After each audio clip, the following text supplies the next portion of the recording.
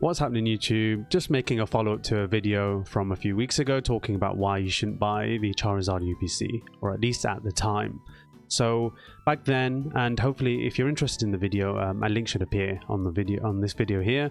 At the time, the UPC pre-orders were roughly around about $300, and I looked at that and thought it was just insanely high. We still weren't entirely sure about the stock being produced, so I mentioned in that video that unless you're able to basically get it at MSRP, wait and just kind of wait till we get closer to the release date now. So obviously that is the case now. We are a few weeks ahead, and what I wanted to kind of talk through is quickly how the price has dropped from that initial time. So at least I was kind of vindicated on that view of the price being too high, and mostly this is because Pokemon have decided to massively and continuously reprint this from that time till now. So what's happened is people have continued to be assigned and allocated more product, and as I mentioned in that video as well, a few people that I heard from had said that they'd already received a decent number of products. So obviously Pokemon kind of set out a reasonably high target at that time, and then probably exceeded and have continued to exceed that target up until now.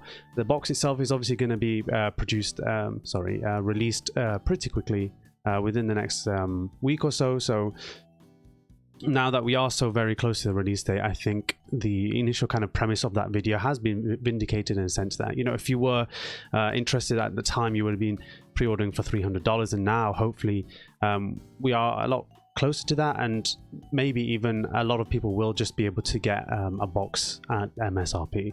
So I just wanted to quickly go on TCG Player and take a look at the actual drop in price. So this is the value over the last month here, and you can see roughly around about the end of September, and the video that I made was I think a couple of weeks before then as well. You're looking around about $270 at the end of September, and now obviously a few days before release we are well under $200, and I'm expecting this to drop even a little bit more over the next few days, and then over release, and then I'd say maybe a few weeks after release we might start seeing the price go back up. But again, this just does depend on obviously how much they have produced for release.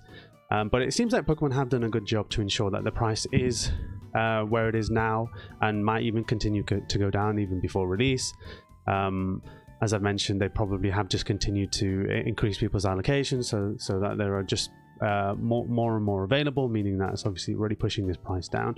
Pokemon often in the West tend to print a lot more than demand, whereas in Japan, for example, Pokemon often kind of gauge how interested people are in a set, so they kind of they'll produce and ship out the initial kind of offering for a set, and they'll see how well that sold, and then they'll kind of produce like a second wave. And that's usually how Japan does it. In the US and in Europe, they end up just producing too much, which is usually why we've seen a lot of the sets in this era as well, where the sets are at the prices that they are at release and kind of don't budge from there, just because Pokemon do tend to, at least in the West, produce too much product at least that initial release period, and maybe during one of their reprints as well.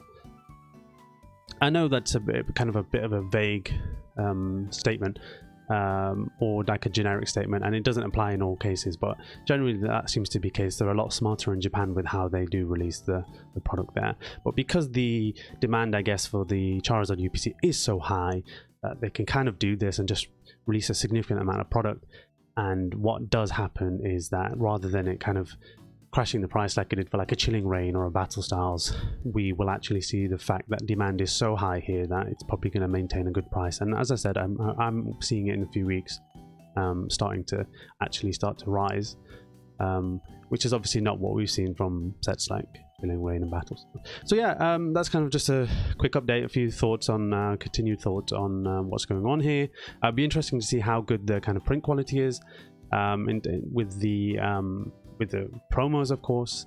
I've not seen that much footage, but it seems to be okay at the moment. There's a lot of off-centering, which is quite common with modern English cards, and it's probably only going to get worse if they have printed a lot more. Usually that's the kind of payoff or printing a lot of product is that the quality is not as good. So I guess we'll wait and see, and you know, I'm hoping to get mine delivered soon as well, which should be interesting. That's another update from the previous video. I did manage to get a hold of a box at MSRP, which is fantastic, and I'm really quite happy with. So thanks for checking out the video, and if you enjoyed it, please leave a like, comment, whatever you can to help, and I'll see you on the next one.